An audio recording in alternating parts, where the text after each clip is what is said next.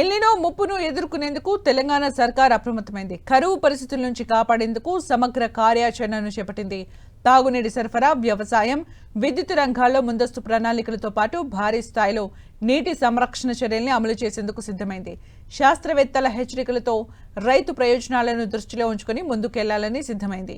ఇందులో భాగంగా వర్షాభావ పరిస్థితులు, పంటల స్థితిగతులపై అంచనా వేసేందుకు ఉమ్మడి 10 జిల్లాలకు ప్రత్యేక అధికారులను నియమించింది. పరిస్థితులకు అనుగుణంగా ప్రజల్ని అప్రమత్తం చేయాలని ప్రభుత్వం ఆదేశాలు జారీ చేసింది. అలాగే వర్షాభావ పరిస్థితుల్లో ప్రత్యామ్నాయ పంటలు వేసేలా రైతులకు సిఫార్సులు చేయాలని సూచించింది. వర్షపాతం, జిల్లాల్లో ఉన్న తాగు, సాగునీరు, భూగర్భ జలాలపై నివేదికలు రూపొందించాలని ప్రత్యేక అధికారులకు ఆదేశాలు ఇచ్చింది. వర్షాభావ పరిస్థితులపై త్వరలో మంత్రులు, ప్రత్యేక అధికారులతో సీఎం రేవంత్ సమీక్ష నిర్వహించనున్నారు. ఇప్పటికే కరువు పరిస్థితుల్ని ముందుగానే అంచనా వేసేందుకు ప్రభుత్వం రాష్ట్ర స్థాయి నిపుణుల కమిటీని ఏర్పాటు చేసింది. ప్రణాళికా సంఘం ఉపాధ్యక్షుడు జి చిన్నారెడ్డి అధ్యక్షుడిగా కమిటీ ఏర్పాటు చేసింది.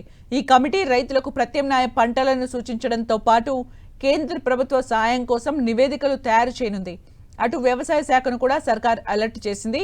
వర్షాధార ప్రాంతాల్లో తక్కువ నీటిని వినియోగించుకునే పంటల్ని సాగు చేయాలని రైతులకు సూచిస్తోంది. ఎల్నినో ప్రభావంతో రాష్ట్రంలో తీవ్ర నీటి ఎద్దడి ఏర్పడే అవకాశం ఉండటంతో పంచాయతీరాజ్ శాఖ అప్రమత్తమైంది. ఈ క్రమంలో కలెక్టర్లకు మంత్రి సీతక్క కీలక ఆదేశాలు జారీ చేశారు. రాష్ట్రంలో జలసిరి కోసం ప్రత్యేక కార్యాచరణ చేపట్టాలని ఆదేశించారు. నీటి సంరక్షణ పనులకు ప్రాధాన్యం కోసం 9.60 లక్షల ఇంకుడు గుంతల నిర్మాణం చేపట్టనున్నట్లు చెప్పారు. 25,000 పంట కుంటలు ఏర్పాటు చేస్తున్నట్లు తెలిపారు. 5,000 ఊట కుంటలు నిర్మాణం చేపడతామన్నారు. తెలంగాణలో జలసిరి కార్యక్రమం వేగవంతం చేస్తామని మంత్రి సీతక్క వివరించారు.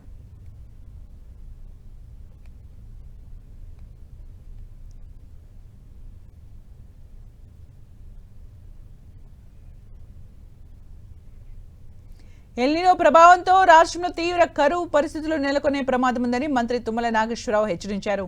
కేవలం సాగునీటికే కాకుండా తాగునీటి అవసరాలు తీర్చడంలో కూడా ఇబ్బందులు ఎదురయ్యే అవకాశం ఉందని హెచ్చరించారు. ప్రస్తుతం ప్రాజెక్టుల్లో ఉన్న నీటి నిల్వల్ని దృష్టిలో ఉంచుకుంటే సాగునీటిని యథేచ్ఛగా విడుదల చేసే పరిస్థితి లేదన్నారు.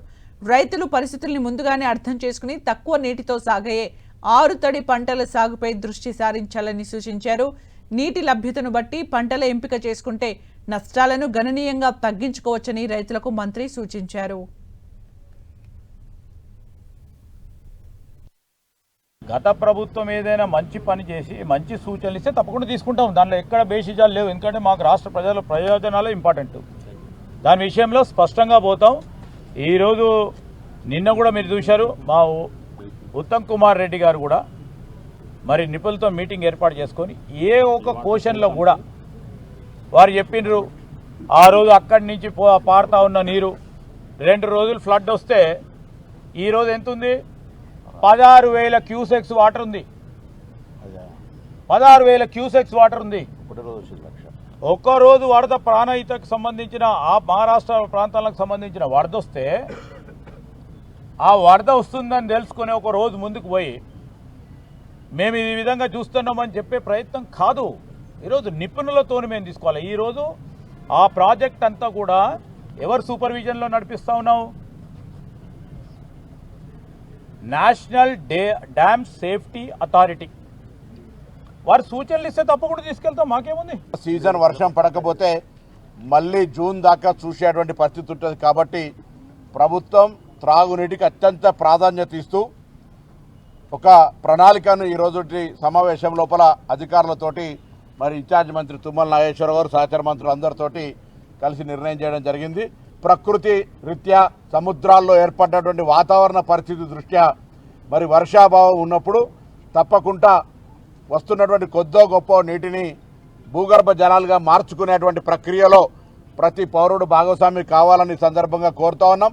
ఆరుతడి పంటల వైపు మీ దృష్టి మరల్చాలని, ఈరోజు మిగతా పంటల వల్ల నీటికి సంబంధించిన ఎద్దడి వచ్చి రేపు పొద్దున ఇబ్బంది పడతారు కావచ్చు. ఏప్రిల్ నుంచి చెప్తా ఉన్నారు. ఈరోజు మంత్రి గారు చెప్పినట్టుగా ఎంత చెప్పినా భవిష్యత్తులో వర్షాలు పడతాయి కావచ్చు అనే ఆశతోటి వేసిన వాళ్ళు కూడా దయచేసి ఆలోచన చేసి ఇప్పటికే నష్టం మించిపోయి ఇంకా పెరగకుండా ఉండే విధంగా ఆరుతడి పంటల వైపు దృష్టి మరల్చాలని, అన్ని సౌకర్యాలు కలిగే విధంగా ఉండేటువంటి ఒక ప్రయత్నాన్ని కొనసాగిస్తామనే మాట మనం చేస్తాం. గతంలో ఎవరూ కని విని ఎరుగని రీతిలో ఈ యొక్క విపత్తు జరగబోతూ ఉంది. కాబట్టి వాతావరణ నిపుణుల యొక్క సూచనల్ని మనం గమనంలోకి తీసుకొని మనకున్నటువంటి వ్యవసాయంతో పాటు అన్ని రంగాల్లో దీని యొక్క ప్రభావం పడబోతుంది. కాబట్టి జాగ్రత్తగా ఉండాలని చెప్పి ప్రపంచ శాస్త్రవేత్తలు చెప్తున్నటువంటి మాటల్ని పదే పదే రాష్ట్ర రైతాంగానితో పాటు రాష్ట్ర ప్రజలకు కూడా, ఎందుకంటే మంచినీటికి కూడా సమస్య వచ్చే అవకాశాలు ఉన్నాయి. సాగునీటికి ఏ రిజర్వాయర్ నుంచి కూడా నీళ్ళు ఇచ్చే పరిస్థితి లేదు. భూగర్భ జలాలు అతపాతాళంలోకి వెళ్ళిపోతున్నాయి. ఇప్పటికే 10 నుంచి 12 మీటర్లు డిప్లీట్ అవటం జరిగింది.